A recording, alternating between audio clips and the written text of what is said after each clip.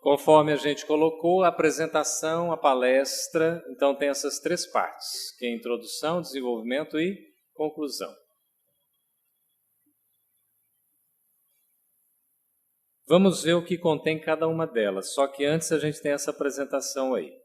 Nós podemos ter uma fala que é uma espécie de encontro de uma aula, por exemplo, de juventude, de infância, um ESD, essa interação mais próxima. Então, você poderia estar entregando um roteiro do próprio material que vai ser tratado ali para os colegas.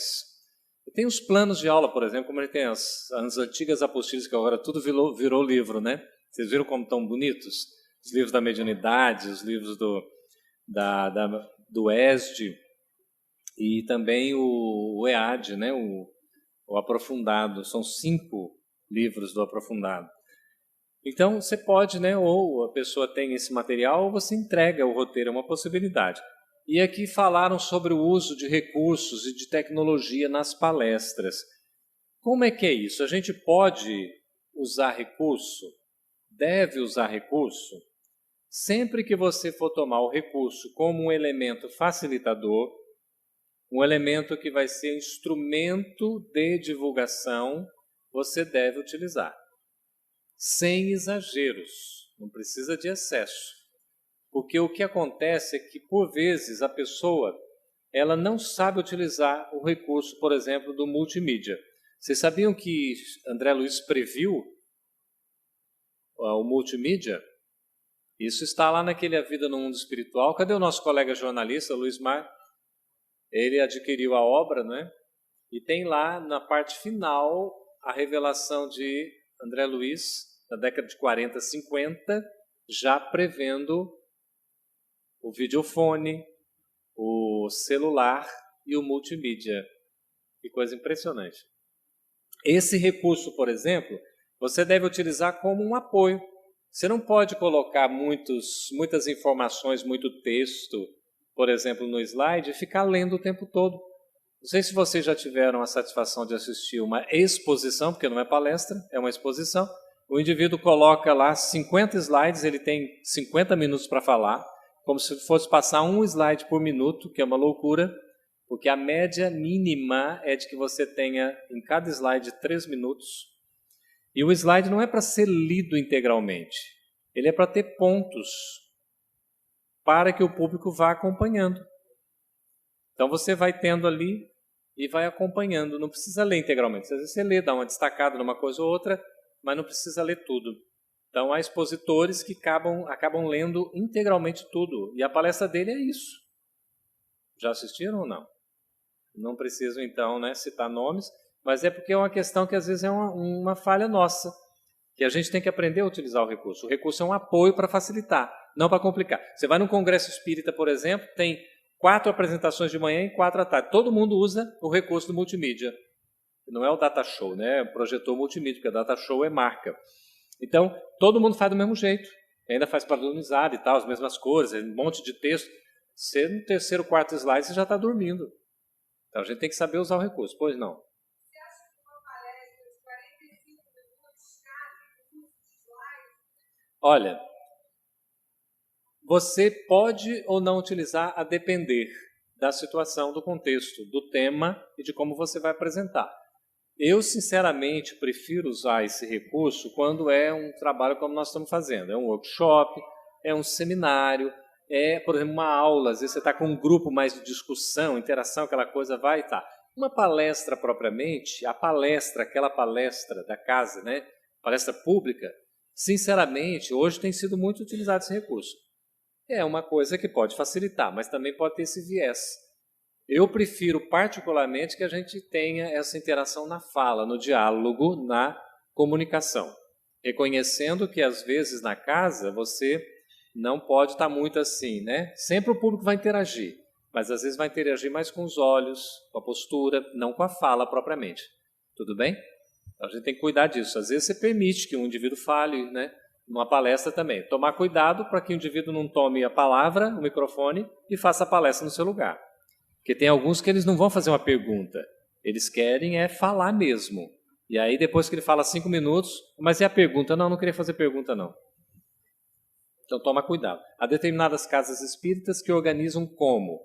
Você vai fazer o trabalho de uma forma tal em que você tem toda a organização, tem a palestra e abre 5, 10 minutinhos para perguntas, que é uma coisa também interessante. Então vejam, nós temos os recursos à nossa disposição, que são vários, para a gente poder utilizar. Quadro branco, o flip chart, lembra daquele cavalete? Transparências, não é? Que hoje já quase não usa mais, usa esse projetor multimídia. E vídeo, às vezes você tem uma interação com o vídeo, você pode passar um filme, um CD, um DVD, colocar um trecho, tá certo? O cuidado é que quando a gente tiver uma projeção, de você não ficar passando na frente da projeção. Hoje a gente tem esses recursos mais modernos, quer dizer, já está alto ali, não tem nem como você passar na frente, que ele já evita, né? Mas você passar na frente e aqui, eventualmente e tal, né? Ou quando tem a projeção, você passa, né? E você tapa a apresentação. Então, tomar esse cuidado. Então, veja, introdução, 15% do nosso tempo. Lembra-se? Para que serve a introdução? Abertura. Se houver a mesa posta oficial, você faz a abertura ali pelo dirigente. Se não, o próprio palestrante, né? Ele faz a abertura também. Cumprimentar o público. Primeira coisa, você tem que cumprimentar. Dar os cumprimentos, as boas-vindas, agradecer a presença e tudo mais, a oportunidade. E você pode fazer umas explicações sobre o tema. Isso é opcional. Explicar sobre o tema que você vai falar. Não precisa necessariamente explicar, mas é uma opção. Assim como fazer um resumo do que você vai dizer. Você pode colocar logo no início. Iniciar de modo impactante. Ah, isso aqui é preferencial. Eu recomendo, a recomendação é comece a palestra com uma frase de efeito. Não forçada, viu, gente? Não adianta querer forçar a barra, não, o pessoal não gosta. Mas tente ser o mais natural possível, mas uma frase de impacto, não é uma informação, uma história, como falar aí, pode contar uma história no início. Aqui no DVD, nós temos um exemplo exatamente como fazer isso. Então, como é que você vai fazer esse negócio? Você vai contar uma história e depois você pode resgatar a história lá no final, pegando um gancho com a ideia central e fechando. Fica bem interessante. No DVD, a gente faz uma mini palestra de 10 minutos nesse sentido, tá? Para quem depois quiser ter acesso. Uma reflexão, uma citação, isso tudo é importante. Victor Hugo, o autor, conhecido literato francês, diz que o que nós vemos no exterior é exatamente o que nós temos dentro de nós. Pode ser para começar, porque você pode chamar atenção para falar algo sobre preconceito, sobre avaliação, sobre julgamento, alguma coisa assim, tá certo? Mas o modo tem que ser impactante para iniciar. 29% dos alunos inscritos em instituições de ensino superior são considerados analfabetos funcionais. É um número alarmante. Aí você vai explicar o que são analfabetos funcionais, dizer disso, tal. Reformador agora, de mês que vem, está publicando um artigo sobre analfabetismo funcional no Espiritismo. Aí você pode falar das utilidades também, dos benefícios que esse tema vai trazer. É uma opção. Mas o que eu gostaria que ficasse aqui registrado entre nós, de toda essa importância, mais esse impacto. Comece de uma maneira impactante, porque vai atrair, vai chamar a atenção. Tudo bem? O desenvolvimento é a maior parte da palestra. Vai usar, então, 75% do tempo. Ok, Roberto? Então, 75%. E aí nós vamos ter... É Paulo Roberto, é isso? Então, nós vamos ter 75% do tempo no desenvolvimento. Desenvolvimento serve para quê? Trabalhar os pontos principais, Luiz Mário. É o fulcro, é a essência, é a ideia central que você tem, que você vai desenvolver propriamente, você vai alastrar, você vai especificar. E aí você pode aproveitar a questão de circunstâncias, o lugar, o tempo, a pessoa, a ocasião. Nesse momento de desenvolvimento, você pode falar disso. Aproveita uma coisa que acontece, você traz para aquele momento. O público é chamado para isso. Isso é importante. Você vai fazer as citações, de preferência, mostrando as obras, né? O conhecido Sir Arthur Conan Doyle, o autor do famoso Sherlock Holmes, é um autor da Federação Espírita Brasileira. História do Espiritualismo é uma obra importante que vai mostrar desde Swedenborg, antes da codificação, até o início do século XX. Se você está fazendo uma abordagem histórica, alguma coisa assim, você aproveita e coloca. Faz uma leitura breve aqui de um trechinho e tal e comenta. Aproveita, você está divulgando a obra. Então faça citações, cita as fontes corretamente.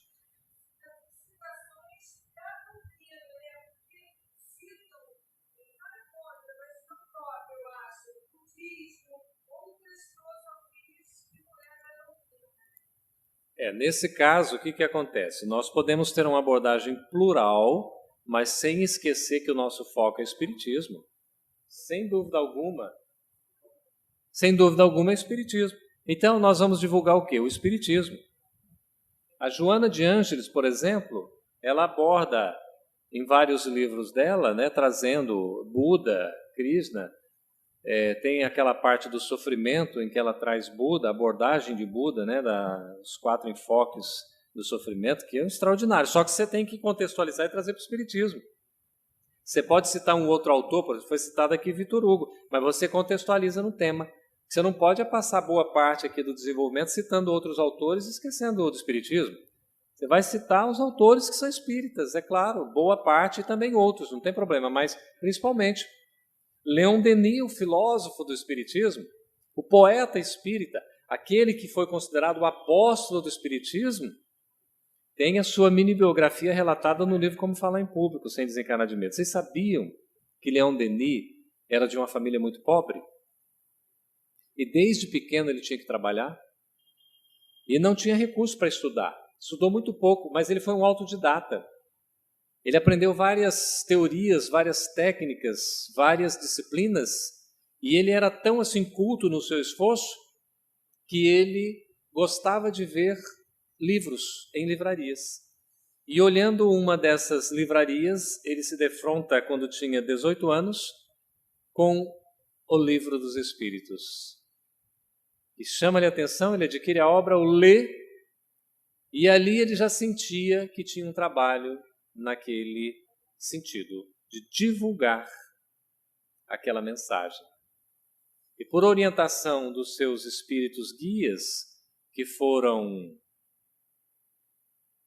Joana d'Arc e Jerônimo de Praga, ele passou a escrever os seus discursos, porque ele era um palestrante, falava muito bem, viajava, porque era um vendedor, representante comercial de uma loja de couros, e ele percorria França, outros países, ia fundando instituições de ensino, associações, bibliotecas.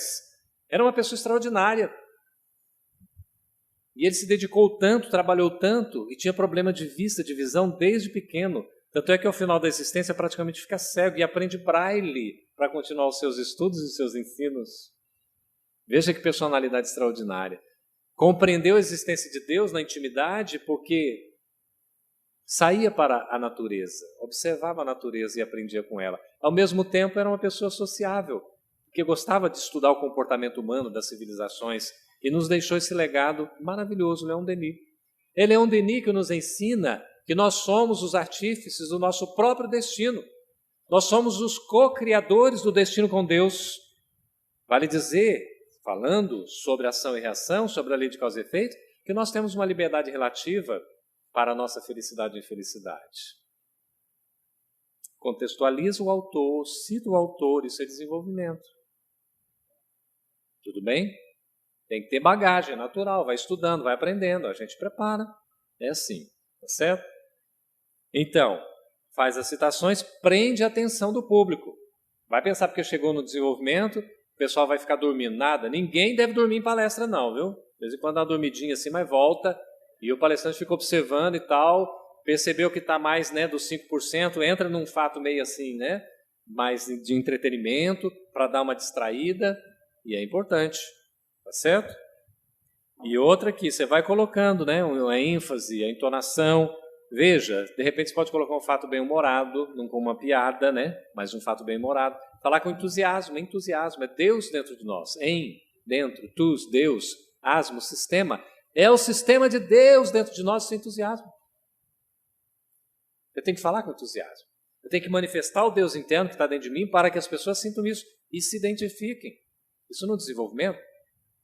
Porque o desenvolvimento não é a parte chata, pelo contrário, é uma parte que é deliciosa. Assim como todas as demais da palestra. Todas têm a sua importância. E aí nós vemos que a gente pode mudar a impostação, pode aumentar ou diminuir o ritmo, pode entrar com uma história de embasamento, dar exemplos práticos. Pode, inclusive, citar eventualmente uma situação particular, não tem nenhum problema. Eu estava saindo de Brasília, da Federação Espírita Brasileira, e ia para o meu trabalho. Era 12h30, em julho, eu entraria no expediente a 13h, naquele período de julho. Então, peguei um caminho por detrás, pela universidade, para quem conhece Brasília. E quando eu peguei um atalho, fiz um retorno, fui pegar um caminho e percebi que havia uma senhora com uma bengala na mão, uma toalhinha exposta assim, segurando a sua bolsa. Mas num gesto praticamente desesperado. Impressionante. Ela segurava uma bengala, quase que batia com a bengala nos carros. E ninguém parava. E eu também não parei. Segui em frente. Quando eu já fui pegar uma via que daria lá na frente do meu tribunal, de repente eu avisto quem? Meu mentor espiritual. Ele olhou para mim, eu tentei disfarçar para não olhar para ele, mas não tem jeito, não tem como você não olhar. E aí ele simplesmente olhou para mim e me fez lembrar, que papelão, hein? Tudo o que está sendo ensinado não está sendo praticado. Tome o primeiro retorno. Meu Deus do céu, a consciência bateu, gente. Eu peguei o primeiro retorno, voltei 2 quilômetros, já tinha andado, voltei pedindo a Deus que a mulher estivesse lá ainda. E aí estava lá a mulher na mesma postura. Parei o carro, abri a porta, ela entrou. Meu filho, eu estou morrendo de dor. E cabe aqui um parênteses, porque no ano passado eu tive minha segunda crise de nervo ciático. Eu contei para vocês de manhã rapidamente, dava 3 passos, tinha que me sentar. Ela, meu filho, eu estou com uma dor tremenda no meu ciático. E aí aquela senhora ali, chorando de dor, dizia como as pessoas são indiferentes. Ela estava desde 7 horas da manhã procurando assistência em alguns órgãos públicos, com uma papelada danada para receber algum apoio, não recebeu. E aí eu parei, ela entrou no carro, fomos conversando. Eu falei, meu Deus do céu, a senhora vai para onde? Ela falou, você vai para onde? Eu falei, eu estou indo para o trabalho, eu vou com você. Eu falei, ai meu Deus, ela vai comigo, vai lá para o trabalho, o que vai fazer? Lá não tem nada, é um espaço mais assim. Eu falei, a senhora está precisando do quê? Ela falou, preciso tomar uma injeção, porque estou muito dolorida. E aí eu falei, tá bem, vamos lá para a farmácia tomar injeção. Levei a senhora para a mesma farmácia que 1 ano atrás eu tinha tomado as injeções. Aí entramos na farmácia, entramos lá, e ela olhou para mim e falou, meu filho, eu nem conheço você direito, você vai ficar aí para eu tomar injeção? Eu falei, acho melhor não, né? Falou, por favor. Aí me saí, ela tomou a injeção lá com a farmacêutica, e a farmacêutica disse, ela precisa descansar. E aí bateu aquela ausência de assentamento estomacal. Quando você está com fome, você sente que precisa comer alguma coisa, já era do almoço, já era 1 hora, muito pouco. Aí eu falei, eu preciso comer. Ela certamente precisa comer também. Fomos comer num restaurante ali ao lado, atrás, e ela começou a contar a história. Disse, perguntando se eu era evangélico. Aí eu falei, não senhora, eu sou espírita. Ah, eu já li Nosso Lar.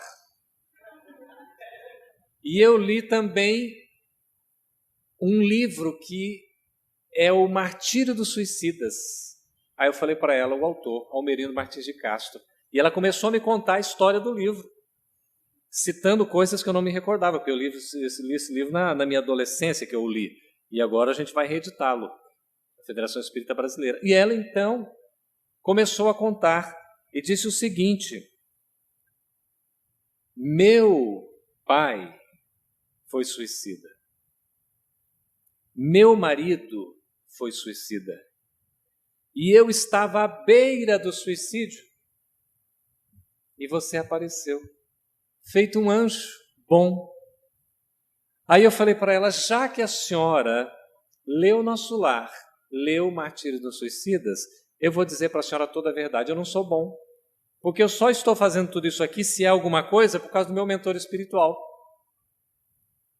E aí a gente começou a conversar, ela disse que era doceira, que faltava gás na casa dela, que ele tinha que fazer uma fisioterapia. Eu peguei o telefone, liguei lá para o local, confirmei que era, marquei para o dia seguinte, aquela coisa toda, fomos conversando. E aí, estava na hora de ir embora, eu precisava deixá-la na rodoviária, aí fechei os olhos, nunca tenho dinheiro na carteira, nunca. Quando tenho muito pouco. No dia anterior eu havia recebido um dinheiro. Aí meu mentor olha para mim, olha para ele. Eu queria chorar, mas eu estava no automatizado. Era cumpra-se, faça-se. Eu fechei os olhos, peguei a carteira, peguei o dinheiro e entreguei para ela. Aqui o que tenho, dou para a senhora. Vai ajudar com gás, vai ajudar com passe livre para poder pegar o carro para ir para lá, para fazer isso, vai ajudar a pagar o aluguel. Sim, era pouquinho também, tá, tudo bem. E aí deixei na rodoviária. Quando eu a deixo na rodoviária, e ela vai contando que o médico que havia atendido era espírita, que tinha dado a bengala para ela, eu falei, graças a Deus ela não me deu a bengalada e tal. E aí ia me despedir dela. Eu falei, tudo que aconteceu entre nós, tudo é importante, mas o mais importante vai acontecer agora. Eu abri a porta-mala do meu carro, eu sou bibliotecário e tenho uma biblioteca ambulante. Peguei o Caminho, Verdade e Vida e dei para ela. Ela gostaria que a senhora lesse uma página todos os dias. E aí ela veio e me deu um abraço, como uma mãe abraça o filho. E ela disse assim, muito obrigado ao seu mentor espiritual.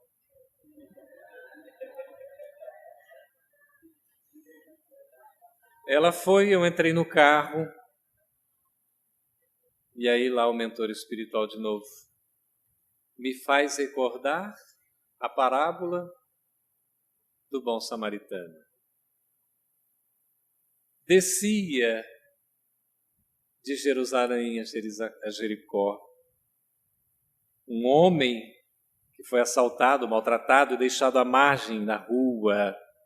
Passou por ali um sacerdote, passou rapidamente, não lhe deu atenção. Passou por ali um levita, também apressado, não lhe atendeu, mas passou um samaritano, sem religião alguma, que pensou-lhe as feridas, deu-lhe toda a assistência, o colocou no seu animal, levou à hospedaria, deixou o dinheiro e disse que voltaria no dia seguinte se precisar de alguma coisa mais para que ele fosse completamente atendido. Caridade. Ele quis me mostrar como é que se pratica a caridade do início ao final. Eu tenho 47 anos de idade. Até hoje eu não sei fazer a caridade.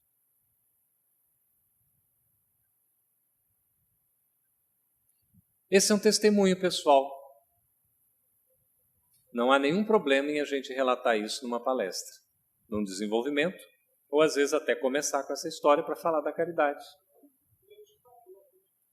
Que a pessoa vai se identificar. Aí, o que eu fiz? O que eu fiz? Eu fiz uma promessa. Espírita faz promessa? Não faz. Mas eu prometi para mim mesmo que a partir daquele dia, todo dia, eu faria alguma coisa de útil ao meu semelhante. Já fiquei na promessa. Mas veja que interessante. Quanta oportunidade a gente tem de aprender. Então você fala de uma situação dessa pessoal, mas não se elevando, porque na verdade ela chamava eu de bom, ficava incomodado, não sou bom, estou muito distante da bondade. Mas a gente se esforça. E um amigo espiritual ainda nos dá esses puxões de orelha, a gente tem que aprender, não é isso? Então, estimular a participação, estar aberto à comunicação, sempre importante no momento do desenvolvimento, ok? E a conclusão, 10% do nosso tempo. Como é que ela deve ser? Simples, objetiva, direta, dinâmica, impactante. Conclua de uma maneira que arrebate. a gente nunca deve concluir desanimado. Olha, gente, nós estamos falando aqui sobre essa situação difícil que nós estamos vivendo. Concluindo as nossas palavras, eu gostaria de dizer para vocês que é isso mesmo. Afinal de contas, nós estamos esperando o quê? Estamos num mundo de expiação e provas, aqui é o império do mal. Então não fique esperando que nós somos turistas, estamos aqui de passagem, não. Todo mundo vai sofrer e se você sofrer bem, você não faz mais nada, que é sua obrigação. O indivíduo vai à casa espírita para ser consolado. Você acaba uma palestra desse jeito, você acaba com ele e acaba consigo mesmo. Gente, acaba quando denigre. Eu vou falar em detrimento. Lembrando aqui a saudosa dona Cecília Rocha, né? Ela falava que o orador não sabia o que era detrimento, ela achava que era uma palavra bonita. Eu vou falar em detrimento da doutrina espírita. E falou mesmo. Ai, meu Deus. Então, é importante aqui a gente encerrar de maneira entusiasmada, trazendo algo positivo. Momento de dificuldade é um momento de oportunidade. Não obstante estejamos no mundo de expiação e provas, nós estamos diante de uma situação especialíssima. Imagine vocês, o mundo de transição que nós temos nos oferta duas possibilidades de sermos trabalhadores. Trabalhadores da última hora, de um mundo de expiação e provas, mas também trabalhadores da primeira hora, de um mundo de regeneração. Então, meus irmãos, vamos trabalhar. A oportunidade agora, quanta coisa nós temos para fazer. Nós somos capazes e o Espiritismo espera isso de nós, para o nosso próprio bem, para a nossa felicidade. É diferente do primeiro tom? Não é? Então você veja, como é que vai encerrar com nossa, realmente está colocando, eu tenho condições, dá para fazer, vamos lá, nos esforçar. Então, faz esse arrebatamento, você pode agradecer, elogiar o auditório, né, o público, e você vai finalizando, encerrando e conclua. Há pessoas que dizem assim, concluindo, aí fala mais 15 minutos. Não tem condições. Finalizando, mais 10 minutos. Agora sim, encerrando, metade do público já foi embora. Porque ninguém aguenta, vai acabar ou não vai? Porque a conclusão enxuta, ela é ali uma síntese, não é para abrir parênteses coisa nenhuma. Ah, gente, esqueci de falar no desenvolvimento. Esqueceu, já foi, meu amigo. Não é hora de falar na conclusão, não. Porque senão depois não dá para fechar. Então tome esse cuidado. E aí você se despede com esse entusiasmo, com essa alegria. No caso, se a gente puder ter uma interação maior, pode levantar as expectativas. Oi.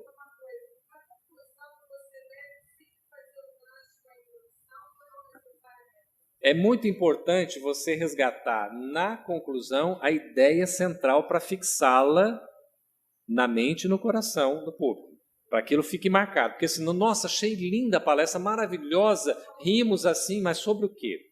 Então tem o ponto de apoio, que é a ideia central. E a depender de como você começa, você pode resgatar o ponto inicial da introdução, porque isso vai lembrar, despertou interesse, é o que a gente faz ali no exemplo da história de Pandora, que está na mini palestra ali do vídeo, e aí você coloca, chama atenção para aquilo, ressalta a ideia principal e fecha. Ok? A conclusão ainda, então se tiver essa oportunidade, não é? Confiança, entusiasmo, como é importante. Tem uma videoaula publicada aí pela TV6 sobre confiança, é uma fórmula quase mágica, a gente escreveu um artigo no Reformador sobre isso. Como é importante ter confiança, acreditar, ter esperança, ter certeza. E aí você demonstra isso. E com esse entusiasmo, com essa alegria, com esse júbilo, vai conquistando a plateia. À medida que você vai falando, desenvolvendo, na conclusão, provavelmente, aquele que no início estava meio refratário já pode estar com outra disposição, pode estar mais animado, quem sabe. Se não tiver, deixa ele lá mais um tempo, não tem problema. Vai chegar um momento em que ele pode se abrir mais, se for o caso. E muito cuidado para não rotular as pessoas. Esse é um cuidado que a gente precisa ter, né, Cris? Porque senão, imagina, a gente vai dizer, olha, e aí, nada disso. Nada de criticar outras religiões, pessoas. Se nós formos fazer a referência a alguém em público, a referência deve ser positiva. De forma elogiosa, sim, de você trazer um bom exemplo. Você não pode fazer uma referência de crítica e tal. Isso não tem sentido em público, tá certo? Por isso tem que tomar esse cuidado. E aí vem o seguinte, Depois que a gente concluiu, e a gente observa que não desencarnou de medo, aí a gente vai fazer o quê? Faz uma avaliação. Há casas, conforme esse livro do Valdeir, né, A Dimensão da Fala Espírita, você vê exatamente a possibilidade de organizar uma avaliação. Enquanto isso não está estruturado na nossa casa, a gente pode estar fazendo assim. Você leva uma pessoa para ouvir, sabe aquele cobaia? Né? Geralmente é o esposo, né? Ou é a esposa, ou é um parente, um filho, um colega. Pede lá para ele sentir, olha, onde é que foi? Como é que foi? Teve alguma dificuldade, algum problema? Você vai sentir. O ponto em que você acha que tem que melhorar, você vai o quê? Treinar mais, vai insistir mais naquele ponto. Mas você também vai ressaltar o ponto positivo e procurar desenvolver cada vez mais. Tá certo? É isso que a gente vai fazendo para melhorar. Não é impossível. Então, se você teve um problema de postura, por exemplo, você fala, eu fiz um trabalho numa casa espírita, estava completando 10 anos, lá numa cidade satélite do Distrito Federal. Aí eu fui citar a questão 922 do Livro dos Espíritos. É aquela que trata da felicidade. A felicidade é comum.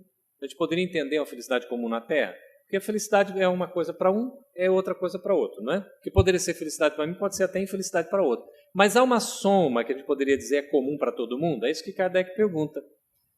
Você pode fazer uma pergunta que está no Livro dos Espíritos conversando a pergunta, como a gente deu o exemplo aqui. Não precisa decorar necessariamente. Se tiver a memória boa, se decore, ou memorize, melhor dizendo. Mas, se você não tem, você tem os elementos chaves, você conversa a pergunta. Né? Essa pergunta da felicidade comum, será que existe? E os Espíritos respondem em duas partes.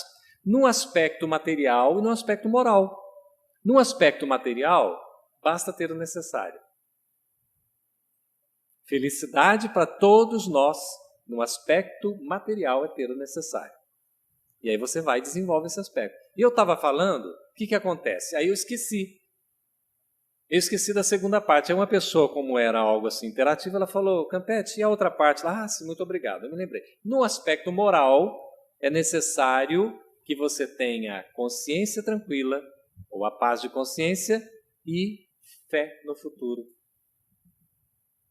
Aí eu aprendi comigo, como eu não tenho memória muito boa, é preferível quando eu vou citar alguma coisa, eu a cito e depois desenvolvo. Porque se eu citar e desenvolver uma parte, é capaz da segunda parte ficar esquecida. Não deu outra. 2 dias depois eu estava fazendo uma palestra e fui citar a mesma questão.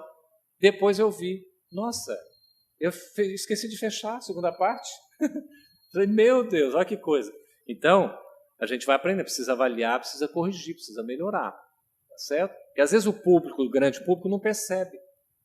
Mas a gente tem que ter esse cuidado de fazer sempre o melhor ao nosso alcance. É o roteiro que Santo Agostinho recomenda. Se lembram? Questão 919A.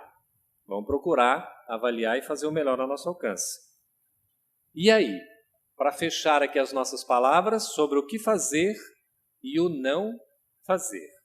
O que nos cumpre? Olha como é importante. Quem pode ler para nós? Dicas importantes para o sucesso da sua apresentação. O que fazer? Ouvir o que o integrante do grupo está dizendo. Se você tem a oportunidade, então, de estar diante de um grupo assim mais interativo, ouça, não interrompa. Hoje mesmo, conversando com a Tânia, eu estava aprendendo, né? Vamos fazer uma referência a um local. Antes que ela concluísse, eu referi o local. Ela falou, não é esse local que eu quero dizer. Eu falei, pô, perdi uma oportunidade de novo para ficar calado, meu Deus do céu. A gente não aprende nunca, né? Nem se lembra. É a da padaria. Tá vendo? Então a gente escuta até o final, deixa a pessoa concluir, porque às vezes a gente antecipa e não é aquilo, imagina, como é que fica? Então aqui, de repente você repete o que a pessoa falou. Será que eu entendi bem mesmo? Porque às vezes você está achando que entendeu e é algo diferente. E isso não é bom. Continua, por favor. Segundo, respeitar. Respeitar os outros. Pois é, como é que é essa história de respeitar? Todo mundo tem os seus direitos, tem as suas condições de expressão, de manifestação. Então, partilhe com o outro, compartilhe, dê oportunidade para ele se manifestar também. O que mais? Oi. Não significa. Respeitar é dar atenção para o ouvido. Então você não ouvido do esquecimento, mas de ouvir, de escutar. Aí você escuta, Aí você pode até contra-argumentar, mas respeitando, não é dizer, não, você está errado. A gente costuma dizer, né? Ah, você é isso, você é aquilo. Não, olha, naquele momento em que você falou daquela forma, pelo meu entendimento, eu acredito que seria mais adequado. Olha só, a diferença. Você vai dar um preâmbulo e o Inter vai. É uma opinião sua, é maneira de você enxergar. Não, você é isso. Aí imagina, a pessoa já vai ficar na defensiva. Agora, é claro, gente, pela tipologia dos comportamentos psicológicos, quem estuda psicologia sabe, se você chegar para uma pessoa que é objetiva, que é chamada mais assim assertiva, com as voltas para lá e para cá, ela vai te dar um tapa logo. Os casais sabem muito bem disso, as diferenças. Então, a gente tem que saber também lidar com o outro conforme o estilo dela. Se você for, por exemplo, eu sou assim, aparentemente mais delicado, digamos, só na aparência, né? Mas por detrás tem um animal aqui dentro. E aí você vai, outras pessoas já são mais diretas, falam logo contundente o que tem ali. Então você tem que saber mesclar também, mas sempre respeitando a maneira do outro. Pois não. Valorizar as diferenças. Nós não somos iguais, nós somos semelhantes. Mas Deus, segundo Emmanuel, não criou a nós em duplicata. Deus só criou originais. Eita, Emmanuel, Deus só criou originais, cada um de nós é um, gente. Olha que maravilha, somos indivíduos, ao mesmo tempo somos semelhantes, porque para Deus, Deus nos vê da mesma forma, para Deus nós somos iguais. Somos semelhantes porque somos irmãos, constituindo uma mesma família, mas com potencialidades diferenciadas, com vontades diferentes. Por isso nós somos também especiais. O que fazer ainda? Compartilhar o conhecimento, a experiência. Isso é importante. Conversar com o outro, trocar, não na postura de quem ensina, mas naquela de quem está aprendendo também. Ser honesto. Veja lá, se você não sabe responder uma pergunta, não se aventure não. Diga que vai precisar estudar mais. Se é uma oportunidade em grupo, vai estar reunido a semana que vem, bote todo mundo para pesquisar sobre aquele assunto. Você também pesquisa e aí traz a resposta no próximo encontro. Se for num debate, alguma coisa, tem oportunidade, esclarece quando for o caso. Mas não se aventure em responder aquilo que você não sabe. Ah, como é que eu faço nesse caso, Campete? Responda de modo geral, até onde você domina, e na especificidade você diz, nesse aspecto a gente precisa aprofundar o estudo para poder ter uma opinião mais abalizada. É humildade, é necessário. Tá certo? Aqui, identificar o porquê da comunicação. Por que o grupo está se comunicando? Por que está necessitando daquilo? Qual o resultado que está se esperando? Às vezes a gente tem aqui, melhorar o entendimento sobre determinado assunto, né? Uma questão. Pode ter um problema no relacionamento, inclusive, vai ali para dirimir uma dúvida. Um comportamento, uma atitude que precisa ser mudada, alterada. Oportunidade de troca de ideias. E estimular o apoio e a participação das pessoas sempre. Sempre buscando fazer o melhor. Agora, o que não fazer? Quem gostaria de ler, por favor? O que não fazer? O que não fazer? Não reagir antes de ouvir. Não tente responder a uma questão antes de estar certo de ter compreendido os pontos de vista dos envolvidos. Tranquilo isso? Porque às vezes a gente antecipa e não é bem aquilo. Então deixa o indivíduo se expressar, falar completamente, a gente entender o que é para depois dialogar sobre o assunto. Tudo bem? Segundo ponto. Não desvalorizar as percepções dos outros. A nossa colega que morou 23 anos no exterior, não é isso?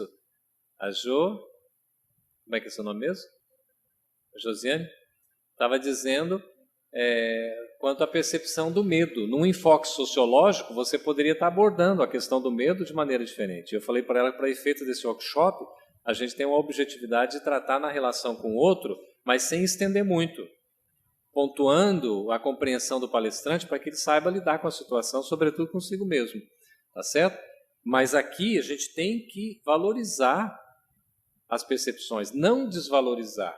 Porque a percepção que o outro tem de uma mesma realidade pode ser totalmente distinta. E isso entra como um contributo. É uma contribuição. Não a gente se fechar de achar assim que sabe tudo. Sabe por quê? Às vezes a pessoa coloca um ponto de vista dela e a gente vem com outro ponto de vista. Ou a gente coloca, vamos inverter, a gente coloca um ponto de vista nosso, a pessoa vem com um ponto de vista diferente, a gente se fecha. Vocês já se sentiram assim? Ou só acontece comigo? Não é? Porque aí o que acontece? Não, a pessoa, não, o que é isso? Nem ouviu o que eu falou, está colocando diferente. Deixa expressar, é um ponto de vista diferente. Isso vai contribuir. A pessoa não acredita. Eu estava conversando outro dia com um colega, chegou num ponto em que ele falou, Campete, vamos parar por aí, porque os nossos paradigmas já não se conciliam mais. Paradigmas são exatamente os pontos de apoio, as crenças, os valores, como é que você compreende, entende e enxerga a coisa. E era sobre a reencarnação. Ele não acreditava na reencarnação. Quando chegou no ponto da reencarnação, falou, é melhor a gente não tratar desse assunto, porque eu não acredito e você acredita.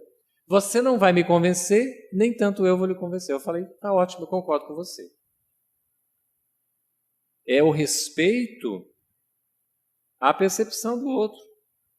Ele não está pronto para aquilo, não é o momento, ou a gente acha que não cabe, porque a gente acha, você tem que abrir os olhos para a reencarnação, porque você vai entender muito mais. Mas se ele não quer, se ele acha que não é por aí, se ele compreende de outra maneira, que ele seja feliz, eu acho muito bom.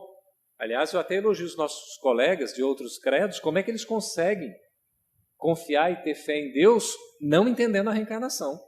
É impressionante. É milagroso. Aí tem que acreditar no milagre. E sem fazer crítica, você vê, não é? Não torne triviais os pontos de vista dos outros, nem diga que os valores deles não são importantes. Exato, exatamente isso. Mas aí você tem os pontos de vista mesmo. Às vezes até a vibração não une, não é? Você tem um conflito. Aí isso faz parte. Né? A gente também tem que ter paciência, você não vai agradar a todos, nem Cristo agradou a todos. Tá certo? O que não fazer ainda? Não desencorajar ou suprimir as diferenças. Deixa que elas se manifestem, isso é muito bom para o coletivo. Há uma frase do holismo, que diz, numa visão mais sistêmica, que diz o seguinte, o todo é mais que a soma das partes. O todo é mais que a soma das partes. Ou seja, se a gente pegar aqui todos nós, a competência individual de cada um, se somar, o que resulta disso é mais do que a competência individual e você somou isso. Não é só a sua competência, sua, e vai dar um todo aqui, que é só o somatório dessas competências. É algo mais, Cris. Por quê? Porque junta uma liga. É como se houvesse uma sinergia. É um elemento agregador que junto o trabalho em equipe tem uma força extraordinária. Por isso que Jesus trabalhou em equipe e nos ensinou como trabalhar, como mestre que ele era. E continua sendo e será. Ok? Não seja um expert. Então, não seja professor do Espiritismo, não seja um especialista. Vamos consultar um indivíduo especialista em reencarnação, especialista em regressão de memória, especialista em obsessão. Vamos tomar cuidado. Você tem o Manuel Filomeno de Miranda, um estudioso no campo da obsessão, sem dúvida, uma autoridade, não há a menor dúvida. Tem muito o que dizer sobre o assunto? Tem. Vai ver a apresentação que ele fez no livro A Vida no Mundo Espiritual. Esse calhamaço de 750 páginas. Discografia do Divaldo, apresentação do Manuel Filomeno de Miranda. Merece o livro, só a apresentação dele. Contextualizando a importância do trabalho de André Luiz. Uma coisa maravilhosa. São estudiosos que se respeitam. E a gente não pode se colocar, não, eu sou expert, como a academia, por exemplo. Na academia tem essas coisas. O indivíduo sabe, ele sabe mais.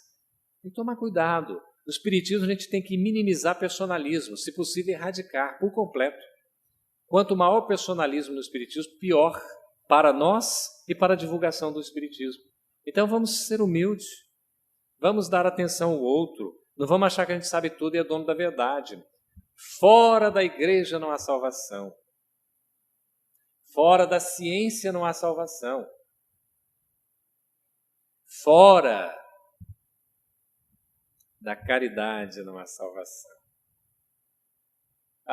Espiritismo, para colocar exatamente o bem acima de tudo, não é a verdade sequer, embora o Espiritismo seja a terceira revelação do Ocidente, caracterizada pela verdade, a primeira com Moisés, justiça, a segunda com Jesus, amor, a terceira com os espíritos superiores no Espiritismo, que é exatamente a verdade. Espírito de verdade, a verdade. Chame-me verdade. Veja, nesse ponto, exatamente a expressão para dizer que nós devemos entender o Espiritismo não colocando que fora do Espiritismo ou fora da verdade a salvação, mas é fora da prática do bem. Fora da caridade não há salvação. Fora da prática do bem não há felicidade. Porque a prática do bem, a caridade, pode ser praticada por qualquer um. Não será aquele doutor da lei, o sacerdote, não será o estudioso das leis antigas, o levita, mas será o samaritano, que independentemente de credo, fez o bem, pelo bem, sem esperar pagamento algum. Isso é o que vai diferenciar-nos no plano espiritual. Não inverter as respostas. Cuidado, se não sabe, não troque. Procure estudar, diga que não sabe, que vai aprofundar os estudos, conforme a gente abordou. E aqui é uma boa parte, não é? Que maravilha!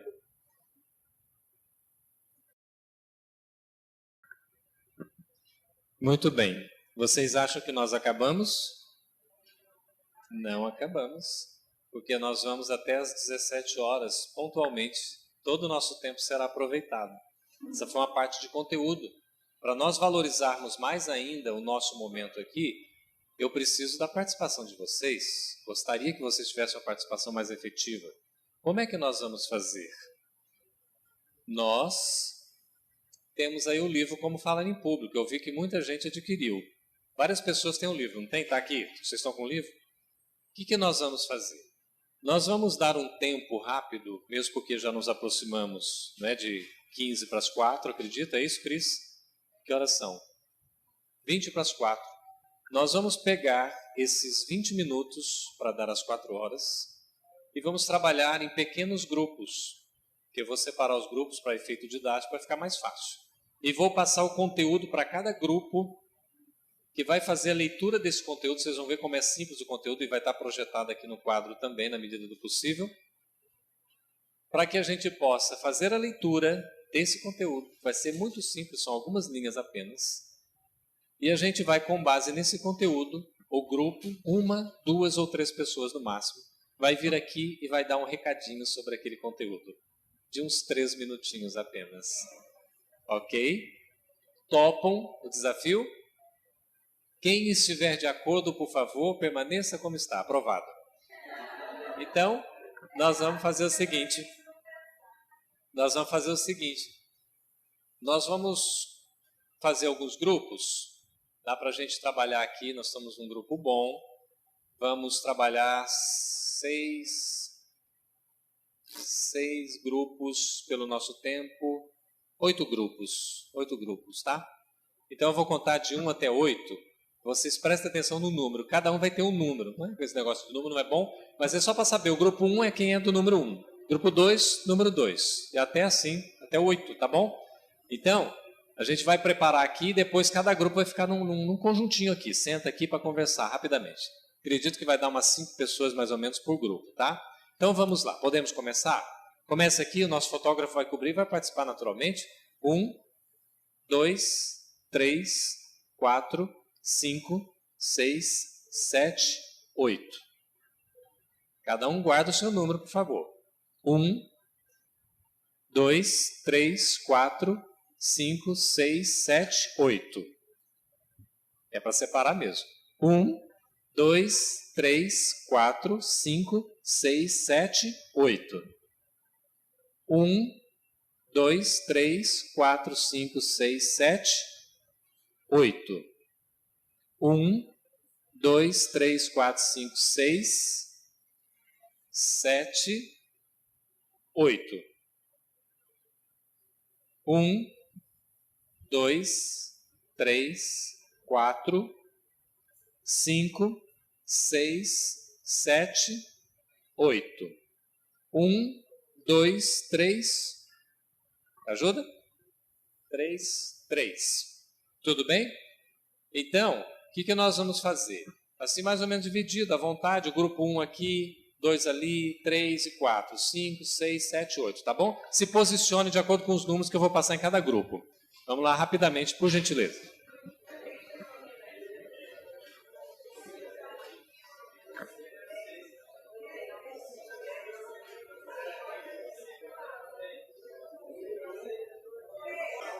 Gente, vamos rapidamente.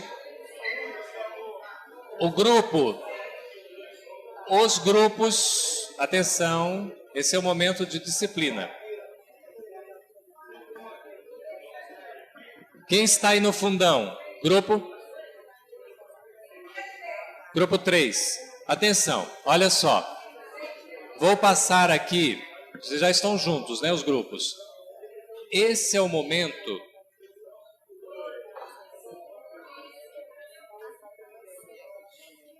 Grupo 1, cadê o grupo 1? Vamos facilitar, cadê o grupo 1? Aqui, grupo 1 aqui na frente. Grupo 2, ali.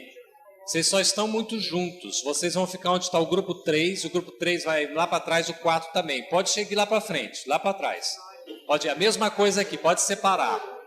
Assim, para ficar mais distante um do outro, porque senão vai confundir. Olha só. Enquanto vocês vão se deslocando, rapidamente, gente, vamos lá, é só se deslocar.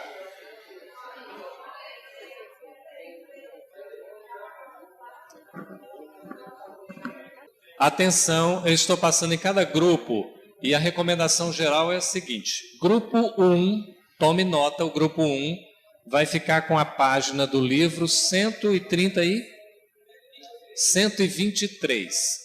O que acontece? No livro... Presta atenção, por favor. Todo mundo aqui ouvindo. No livro, nós temos uma espécie de olho, de destaque, que está achurado. Cada entrevista, cada entrevistado tem. Então, nós temos os números de 5.1 até 5.16. Presta atenção como é simples. O grupo 1 vai ficar com o item 5.1, que está na página 123, é isso? Só o que está achurado vai ler isso aí, comentar entre si e preparar uma mini apresentação de 3 minutinhos com introdução, desenvolvimento e conclusão. O grupo 2, cadê o grupo 2? Vocês vão para o item 5.2, que está na página 131 do livro, só a parte achurada. O que é essa parte achurada, gente? É um destaque que nós fizemos do entrevistador. Ele falou alguma coisa e a gente destacou uma frase, uma oração, alguma coisa assim. Tudo bem, grupo 2? Grupo 3. Grupo 3, 137 é a página.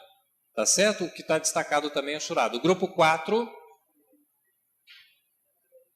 Grupo 4 vai ficar com 149 a página, que é o item 5.4, ok? Grupo 5, página 157. Grupo 6, página 167.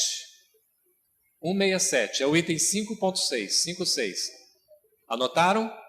Página 167. Grupo 7, página 175. Anotou? Grupo 7, página 175, é o item 5.7. E o grupo 8? Página 181. Tudo bem? Página 181 para o grupo 8. Então vocês vão ter 15 minutinhos para lerem, que é só essa frase, analisarem entre si e montarem um esqueminha de apresentação para falarem aqui 3 minutinhos. À vontade, então.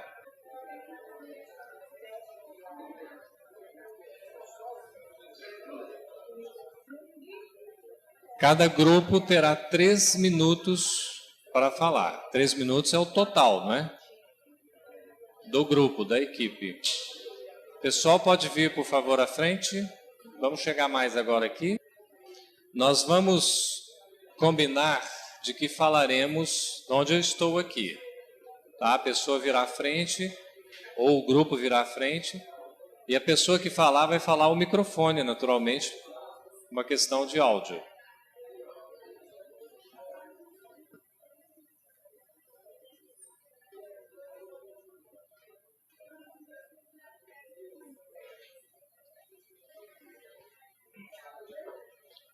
Vamos começar? O grupo lá do fundo vai vir para frente ou vai ficar aí mesmo?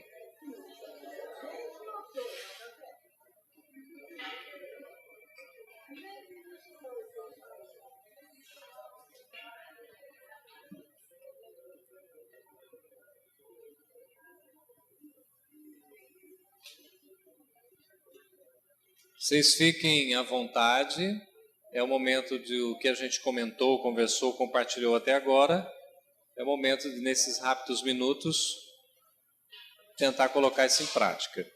Sem pressão nenhuma, tá? Tranquilamente, cada um fazendo a maneira que achar mais adequado, mas levando em consideração o que a gente conversou, porque isso pode trazer um retorno interessante.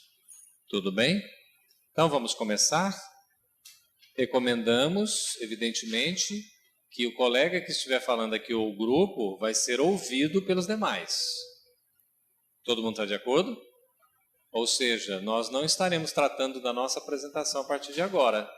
Então, nosso tempo foi, já anotou, tomou nota, é aquilo lá, vai aguardar a vez que for chamado, mas prestando atenção no grupo que estiver falando. Mesmo porque a gente precisa assistir, acompanhar, dar o apoio. Tudo bem? Então vamos começar com o grupo de número 4. Cadê?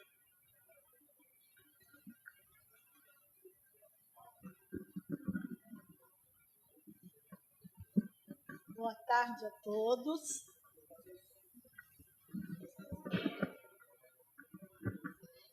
Boa tarde a todos. Nós vamos começar fazendo uma referência ao Evangelho segundo o Espiritismo.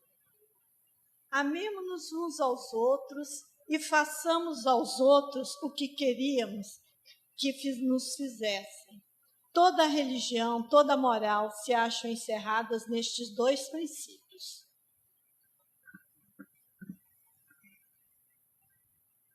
Por que nós falamos isso? Obrigada. Carlos Campetti, no livro Como Falar em Público Sem Desencarnar de Medo, nos diz que o que caracteriza a boa palestra espírita é o amparo e a inspiração dos benfeitores espirituais. E nós precisamos agir de forma coerente para que nós tenhamos esse amparo da espiritualidade. Então, nós temos que procurar fazer o quê? Agir no bem, fazer a caridade, não apenas falar da caridade. Devemos procurar ser aquele verdadeiro espírita que Kardec nos diz.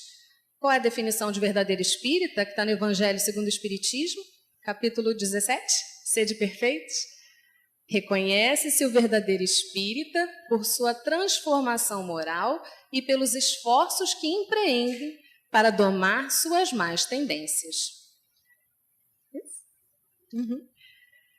Mas não basta só a gente ficar em prece, né, pedindo que o nosso benfeitor, que os benfeitores da casa venham e nos deem a palestra pronta. Não é verdade? Nós precisaremos de estudo, meditação, boa preparação, para que tenhamos realmente esse amparo da espiritualidade. Então, quando formos convidados para fazer uma palestra, para falar em alguma casa, nós temos que receber o tema, ver se teremos tempo hábil para estudar, nos preparar, ver se temos condições de falar e, assim, ficarmos em prece, né, pedirmos a ajuda dos nossos benfeitores e nos prepararmos. E aí, no dia, lembrar que a plateia está sempre disposta a ouvir uma boa palestra, ela quer ouvir uma boa palestra, então os ouvintes estão a nosso favor e não contra nós. Obrigada a todos.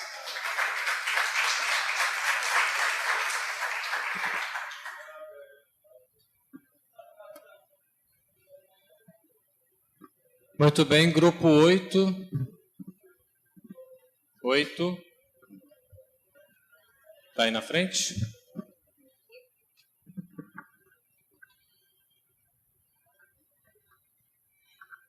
Como trabalhadores da divulgação doutrinária, pela palavra falada, cabe-nos o contínuo esforço para pregarmos o que vivemos e vivermos o que pregamos.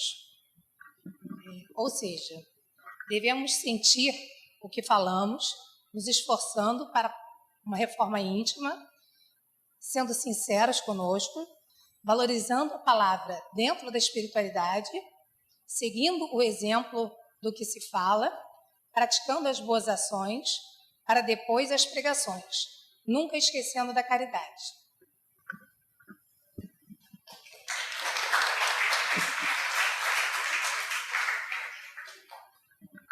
Grupo 7.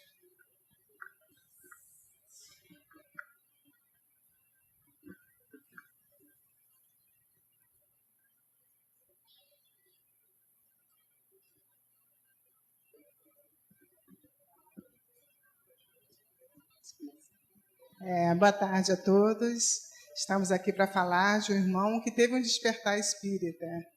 Então, o nosso texto de debate diz assim, de Manuel Mariano. Por gentileza. Ao ser perguntado, Haroldo Dutra responde que ele se sente como um doente que se beneficia com o uso de um remédio. Embora não esteja totalmente curado, não posso deixar de divulgá-lo a fim de que outras pessoas também possam se beneficiar, como eu, deste recurso terapêutico chamado Consolador Prometido.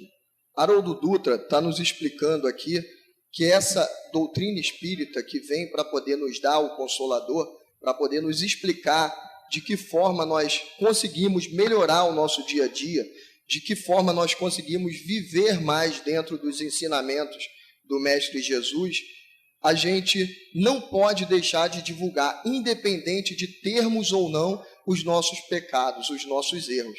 Porque se eu for pensar se eu devo ou não divulgar de acordo com os meus erros, eu vou acabar não divulgando, porque todos aqui não tem nenhum santo, infelizmente hoje na Terra não há nenhum santo, estamos todos evoluindo e seremos um dia anjos, mas hoje temos ainda os nossos erros. Então, apesar de termos esses nossos erros, devemos passar ao nosso semelhante tudo que a gente aprendeu até agora da doutrina espírita, por menor que seja, porque isso vai levar um pouquinho de paz, um pouquinho de consolação, um pouquinho de luz para cada um deles.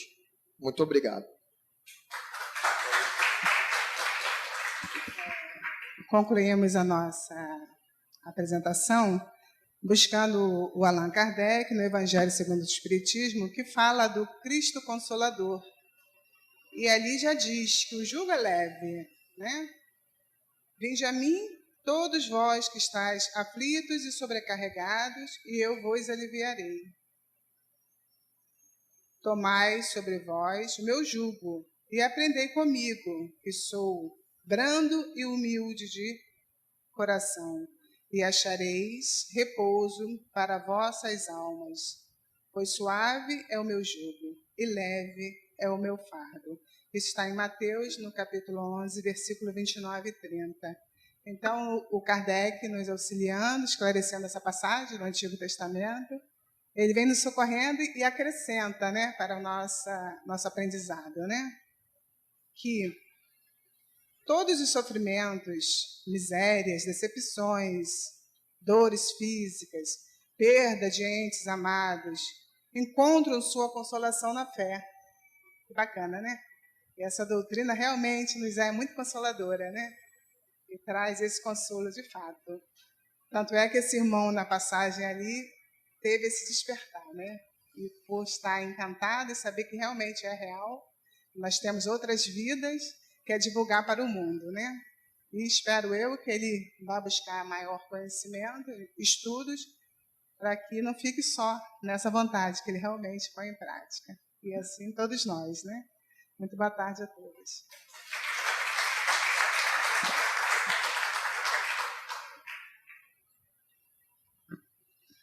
Grupo meia dúzia.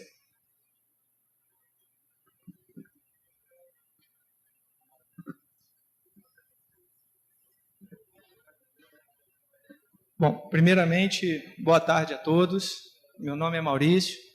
Eu venho de Resende, da cidade de Resende. E, primeiramente, gostaria de agradecer ao Campete por esse estudo maravilhoso que tanto vai nos ajudar. E a FEB por proporcionar a todos nós esse workshop. Bom, o tema é como encantar a plateia. O que fazer para prender a atenção do público da Casa Espírita, que é um público que tem vários tipos, né? Tem as pessoas que conhecem o assunto e as pessoas que vão pela primeira vez. Então, como encantar e superar as expectativas? O primeiro ponto é a questão do domínio no assunto. A doutrina espírita, ela possui uma vasta literatura e várias formas de você se aprofundar, seja pela internet, seja nas palestras. Então, o domínio do assunto é importantíssimo e vai trazer segurança para todos nós que pretendemos ser palestrantes. A questão da expressa convicção. Quando nós falarmos para as pessoas, nós temos que ter certeza. Olhar nos olhos é importantíssimo. E isso nós vamos desenvolver a cada dia e o material que foi fornecido vai contribuir muito. Vive o que está pregando. Todos nós estamos aqui para evoluir. Nós estamos aqui hoje para aprender. Então, o fato de a gente estar aqui compartilhando isso é um fato que mostra que a gente está vivendo o que a gente está pregando, ou seja, a superação. Falar com emoção e sentimento. A questão da emoção é fundamental. Ou seja, isso passa credibilidade e contagia e faz com que as pessoas se encantem. A questão da humildade. Ou seja, ele falou muito bem a questão de não se caracterizar como expert. Então, essa questão de mostrar que nós estamos aprendendo e que nós estamos falando para nós mesmos é importantíssimo. Concluindo, é importante a gente tocar naquilo que interessa para as pessoas, ou seja, as pessoas buscam o centro em busca de consolo, de esperança, e isso as pessoas querem ouvir a respeito disso, né? E é importante também a questão do senso da oportunidade e da responsabilidade. Muitas vezes as pessoas chegam em situações difíceis, então a gente precisa aproveitar essa oportunidade com estudo, com preparo, com convicção, e dessa forma nós vamos ser mais felizes e atender o objetivo da doutrina.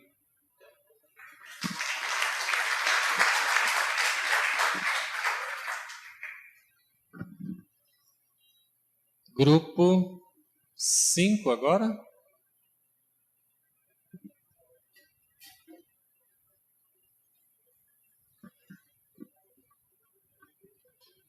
Boa tarde a todos.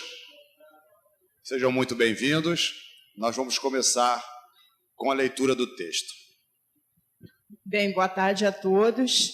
Uma coincidência muito grande, nós dois trabalhamos na mesma casa espírita, na Ilha do Governador. Ele, por acaso, é incorporador, eu sou doutrinadora, mas não tem nada a ver. Então, do livro aqui, Como Falar em Público, do Geraldo Campetti, nós vamos falar do Divaldo Franco. E ele diz o seguinte: nunca me queixei a quem quer que seja, jamais me referi de maneira hostil a qualquer pessoa ou procurei defender-me de qualquer acusação, especialmente em nossas hostes, aceitando as dificuldades como lições para a vida e para a renovação pessoal. O que acontece? Nós vamos aproveitar o próprio Divaldo para tentar esclarecer esse texto. Quem conhece a história dele sabe que ele teve uma vida muito atribulada, sofreu muito, passou por muitas necessidades. E você encontra isso em outros espíritos mais evoluídos. Chico Xavier, dentre muitos outros. Nenhum deles tiveram vida fácil. E quem somos nós para achar que vamos ter vida fácil? E um exemplo grande disso, eu estava até comentando aqui, que quando você começa a estudar a doutrina, quando você começa a viver essa doutrina, porque muitas pessoas estão nas doutrinas, mas as doutrinas não estão nas pessoas. Isso você encontra em qualquer religião, em qualquer situação. Abraçar e amar a quem nos ama é muito fácil. E você encontra isso. A prece final, quem já teve o prazer ou o privilégio de assistir Divaldo, a prece final dele, ele não pede nada, ele só agradece. E no final, quando ele diz que não tem mais nada, ou que não tem ninguém que o ame, ele agradece por estar vivo. E para concluir e tentar fechar isso tudo que foi dito, nós escrevemos o seguinte: isso é uma coisa que a gente precisa fazer, eu acredito nisso, né? Que a gente precisa fazer e lutar todos os dias de nossa vida para pelo menos tentar. Aceitar as coisas da vida sabendo que são justas para o nosso aprendizado e a nossa evolução. Quantas pessoas reclamam de barriga cheia? Tem até uma música que fala sobre isso, né? Então, que Deus nos dê sabedoria para compreender que tudo que acontece conosco é porque tem que acontecer mesmo. E assim nós vamos nos melhorar. Muito obrigado pela atenção.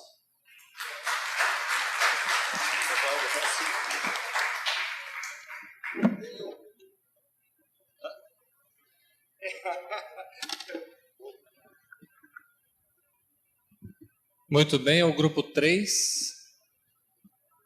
É o 4, já foi? 4 foi o primeiro. Agora é o grupo 3.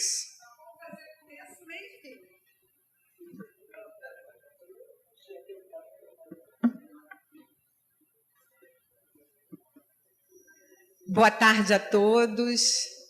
É com muita alegria que a gente agradece ao Geraldo por essa oportunidade de estudo. Agradecemos também à Casa de Ismael, à FEB, que teve nessa oportunidade de acolhimento, nesses momentos tão agradáveis que já tivemos no decorrer do dia.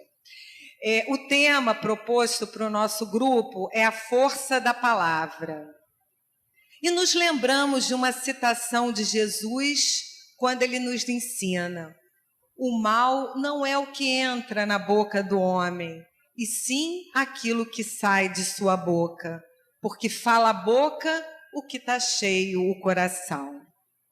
E como Emmanuel, o Espírito de Emmanuel nos ensina através de Francisco Cândido Xavier, no prefácio do livro Vinha de Luz, o Espírito de Emmanuel nos ensina que o Evangelho é o sol da imortalidade, que o Espiritismo reflete com sabedoria para a atualidade do mundo. Então, como a doutrina espírita nos oferece as ferramentas para a melhor interpretação do Evangelho, vamos ouvir agora a nossa amiga, que vai nos trazer a passagem dentro da visão do Espiritismo. Em Evolução em Dois Mundos, André Luiz, o Espírito André Luiz nos conta que, tendo passado o princípio espiritual, ou melhor, o princípio inteligente, por todo o processo evolutivo, chegou um momento, quando humanizado, que ele se descobre com a capacidade de usar a voz, de usar o som. E então, usando a voz, ele se percebe capaz de falar e de transmitir os seus sentimentos. E então vira uma determinação, um fator determinante para todos, quando ele percebe então que o falar é a chave dourada que pode abrir o coração do ouvinte ou fechar-lhe o acesso. E a nossa amiga então vai complementar o nosso trabalho. Mas por que ela pode abrir ou pode fechar? Porque a carga emocional que se imprime a essa palavra é o sentimento positivo ou negativo que vai abrir ou fechar o coração do ouvinte. Um orador que não possua recursos intelectuais importantes, mas que fale com sinceridade, que seja uma pessoa autêntica, vai emocionar a plateia, vai ganhar a plateia talvez de uma forma muito maior se houvesse uma erudição vazia, se não houvesse sentimento dentro de um grande conhecimento, de um discurso de grande conhecimento. E concluindo, eu cito Paulo, que nos ensinou e nos presenteou com este ensinamento: ainda que eu falasse a linguagem dos anjos, nada seria, e não, ainda que eu falasse a língua dos anjos, sem amor, nada seria. Muito obrigada.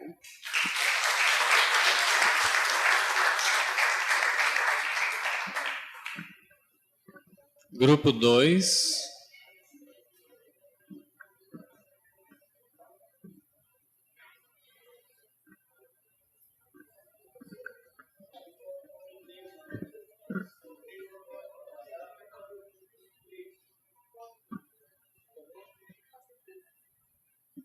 Bom, o nosso grupo tem um tema que é todo elogio ou reconhecimento da sua tarefa por parte do público, o expositor deve transferir para Jesus.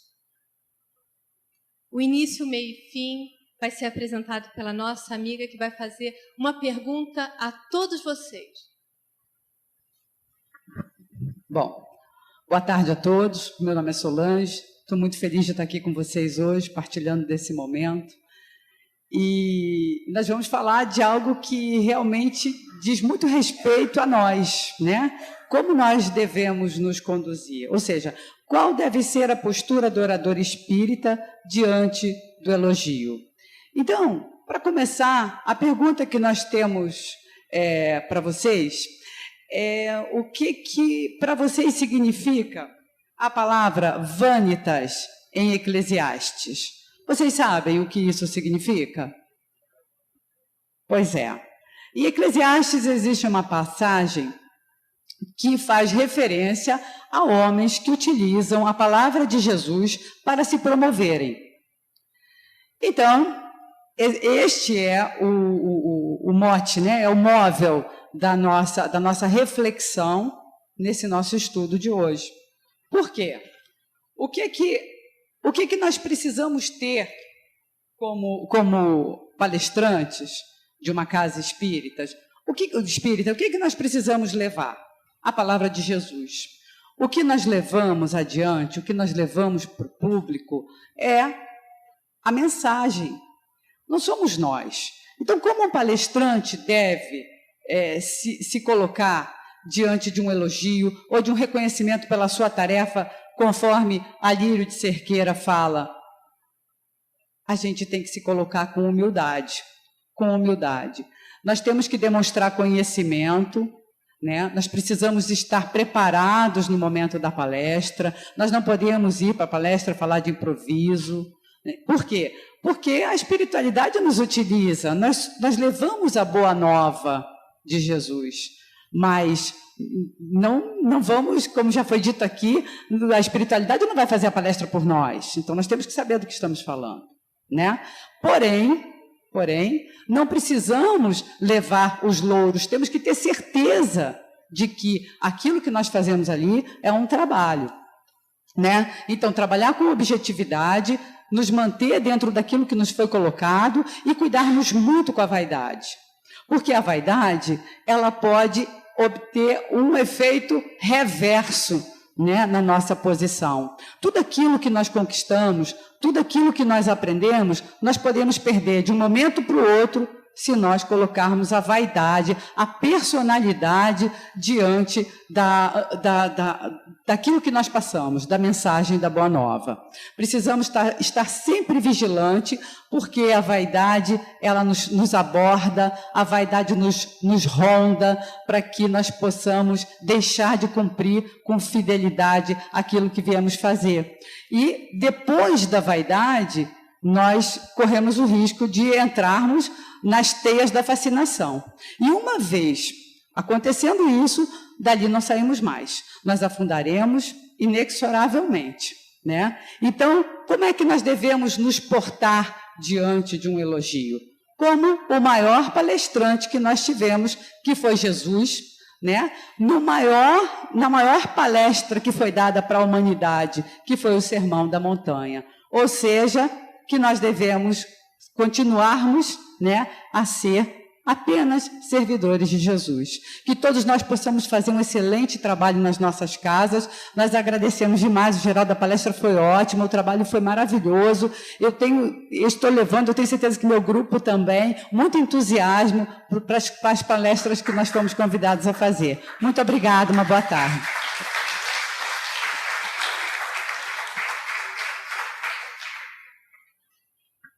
Eu agradeço. Grupo 1. Pediu o grupo 1 na frente.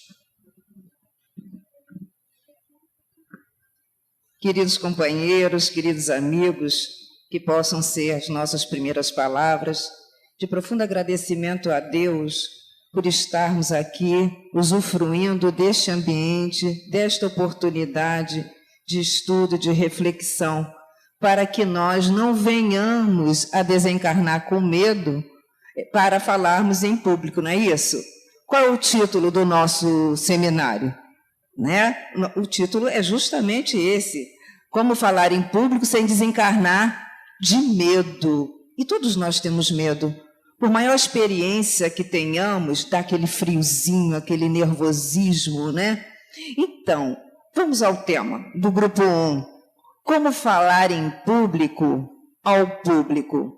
Os grupos anteriores, eles já apresentaram os diferentes fatores que precisamos desenvolver, observar, para que possamos melhor desenvolvermos essas habilidades fundamentais para seguirmos uma orientação que não é apenas de Kardec e também de diferentes autores espíritas, encarnados e desencarnados, mas principalmente do Cristo, o nosso Mestre e Senhor Jesus, quando Ele nos concitou: ide pregai. O estudo é fundamental para esse pregai. Então, nós vamos ver lá em Marcos, em capítulo 1, Marcos nos trazendo uma passagem muito interessante, capítulo 1, versículo 35, em que, após a cura, né, que já foi até citada essa passagem da sogra de Pedro, no dia seguinte, Pedro saiu a procurar o Senhor Jesus. Cadê o mestre? A casa dele já estava rodeada, né, de pedintes, de aflitos, de enfermos, e ele encontra o mestre a orar. E todos nós temos um pouco de Pedro, não temos? Quando Pedro estava no início do seu desenvolvimento, e no início do seu burilamento, na existência que nós conhecemos. Aí ele encontra o mestre e vira: Senhor, tu estás aí a orar enquanto a minha casa está rodeada de enfermos? Aí vira o Senhor para Pedro e diz: Pedro, chame os outros e vamos para as aldeias e sinagogas, pois não foi para isso que eu vim para ensinar.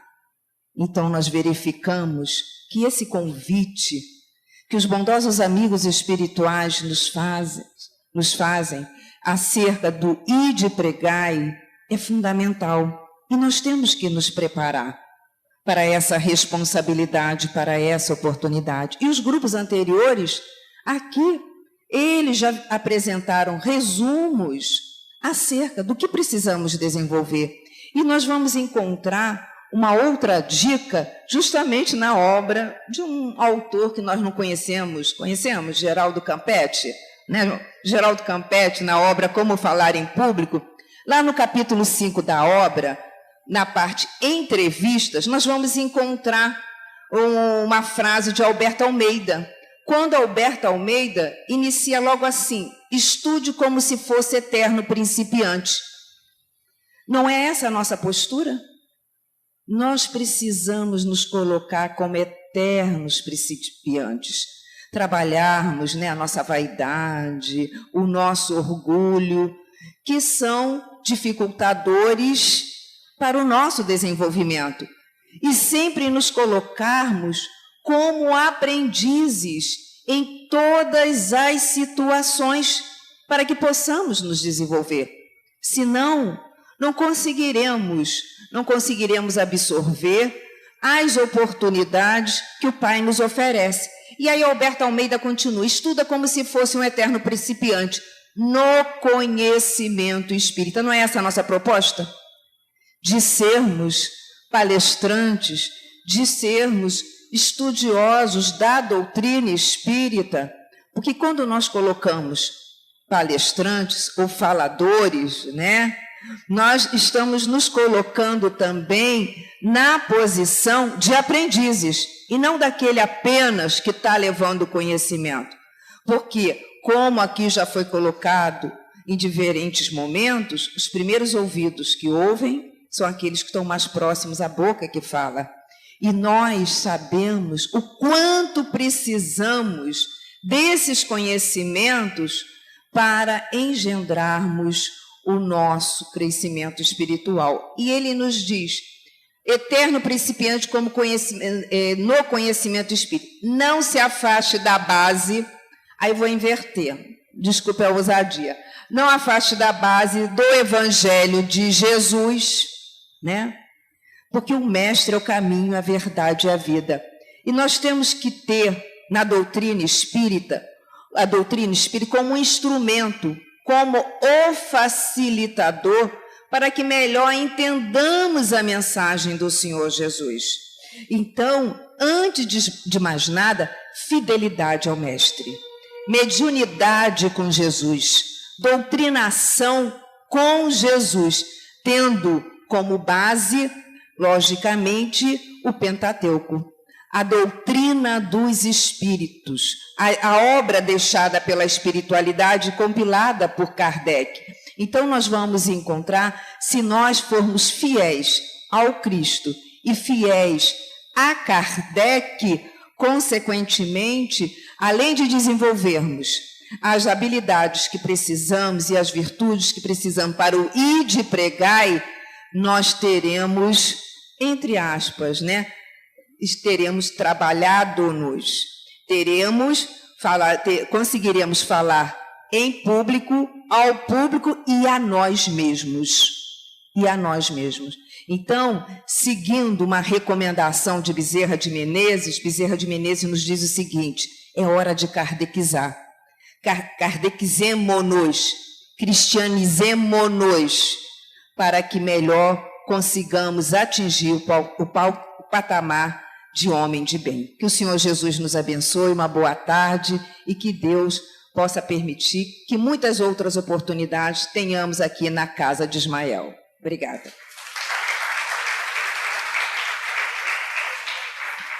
Muito bem, todos os grupos se apresentaram, não é isso? Vamos ouvir uma rápida avaliação de quem esteve aqui na frente, quem deu suporte na preparação, na organização. Como é que foi essa experiência? Quem gostaria de falar? Rapidamente, vai ter aí questão de 30 segundos no máximo, tá? Só para a gente compartilhar. Vamos lá, aqui. Pode se levantar aqui rapidamente, só dizer qual foi a experiência. Foi muito boa. Gostei muito, sabe por quê? Quando eu estava sentado ali, eu tremi igual uma vara verde. Aí eu falei assim, poxa vida, aquilo que ele falou é verdadeiro. Mas quando o assunto é sério, nós não ficamos desamparados. O mundo espiritual me tocou de tal forma que quando eu cheguei aqui, eu falei um monte de coisa que nem estava muito no script, e eu falei, é verdade. Quer dizer, tudo é verdade. Você sofre para começar e quando começa você se tranquiliza. Essa foi a lição que eu tirei de hoje aqui. Muito bem. Legal. Quem mais? Pode. Acho que esse exercício foi muito oportuno para mostrar a necessidade da preparação. Então, eu tive um pouco de dificuldade, não me senti 100% preparado, até pelo tempo de preparação. Então, isso para mim foi uma lição de que, em se fazendo uma palestra, eu vou investir muito na preparação. Muito bem. É que é um desafio, né? E realmente gostaria de dizer que, enquanto o próximo se prepara para vir aqui, pode se levantando, por favor, é que esse desafio é para colocar à prova mesmo, é um teste e vocês todos estão de parabéns. Primeiro por terem estado aqui, virem aqui à frente, darem esse suporte na preparação, mesmo que rapidamente, e desempenharem o papel, ok? Isso é muito importante. Quem mais? Vamos lá.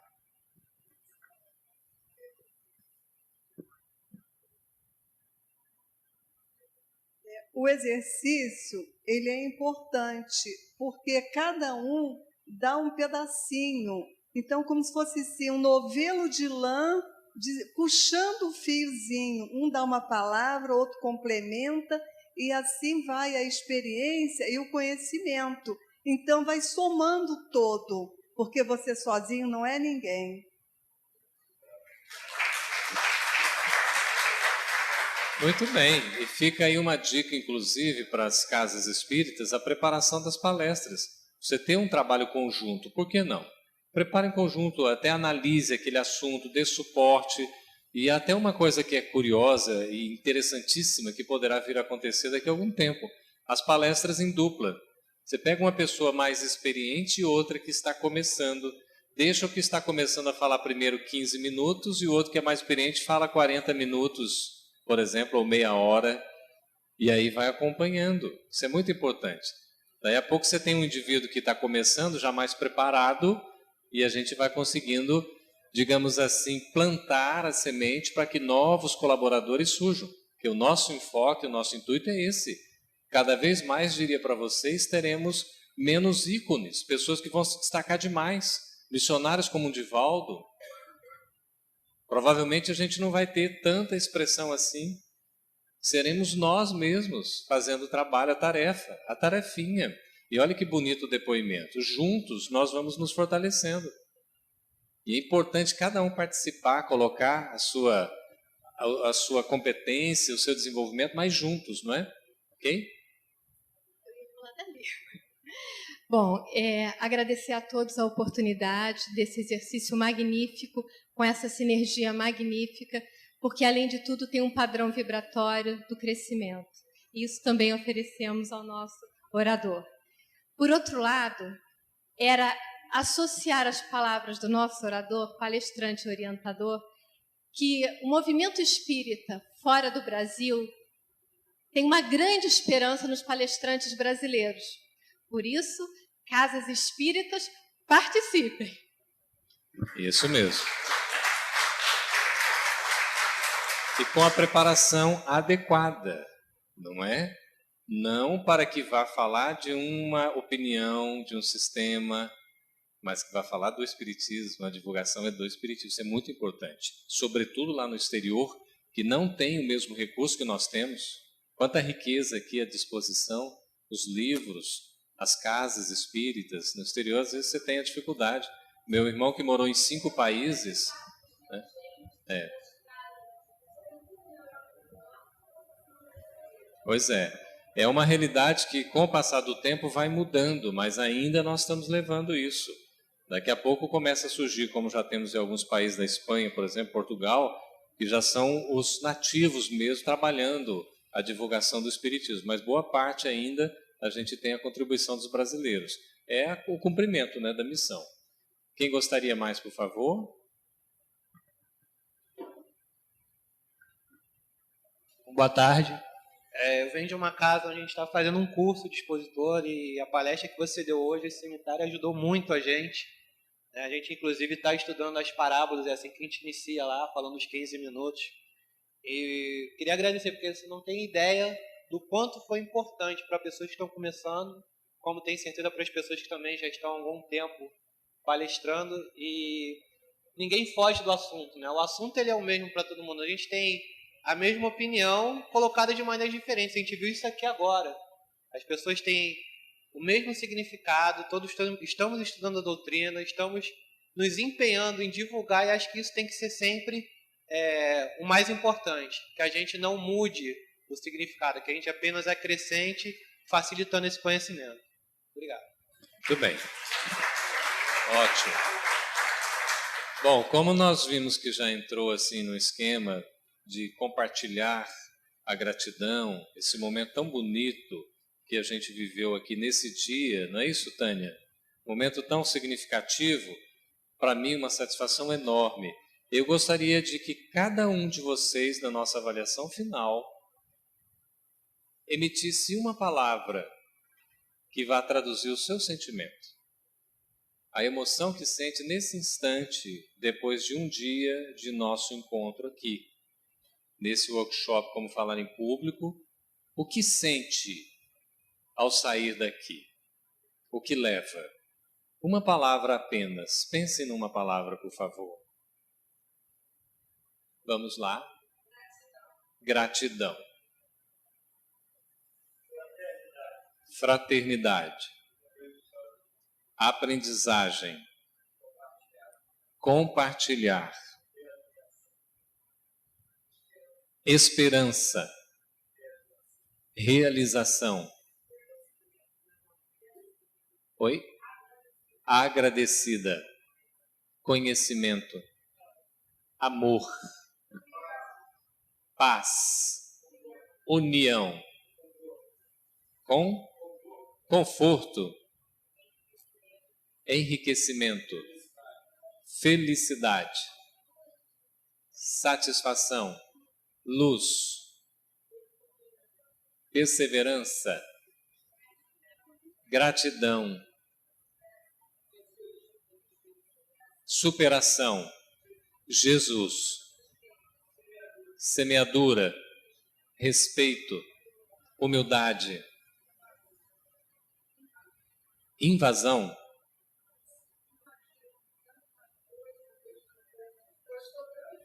Dando. Isso é bom? Maravilhoso. Isso é ótimo. Que tal a gente colocar essa invasão para a plenitude? A busca da plenitude, não é? Muito bem. Compartilhar. Possibilidade. Satisfação. Muito bom. Ótimo. Ok. Afinidade. Oportunidade. Esclarecimento. Voz. Desafio. Alegria. Quem não falou ainda, pode falar. Comprometimento. Paz, eu já falei paz. Paz, muito bem. Superação. Já falei. Muito bem. Responsabilidade. Já falou, né? Quem não falou? Oi? Dedicação. Carinho. Era isso que eu ia falar. Carinho. Coragem. Conhecimento. Gratidão, mas eu vou para a base. Ela vai da gratidão para a paz. Base, a base, ok? Já falaram? Enriquecimento. Ok. Quem não falou? Eu. Superação. Acreditar. Ok, Tânia, fala você. Dever cumprido. Porque quando em 2011 eu e uma companheira aqui que vai fazer a nossa prece final, resolvemos organizar este ciclo de palestras que se encerra em novembro, era assim, um suspense, um vir a ser.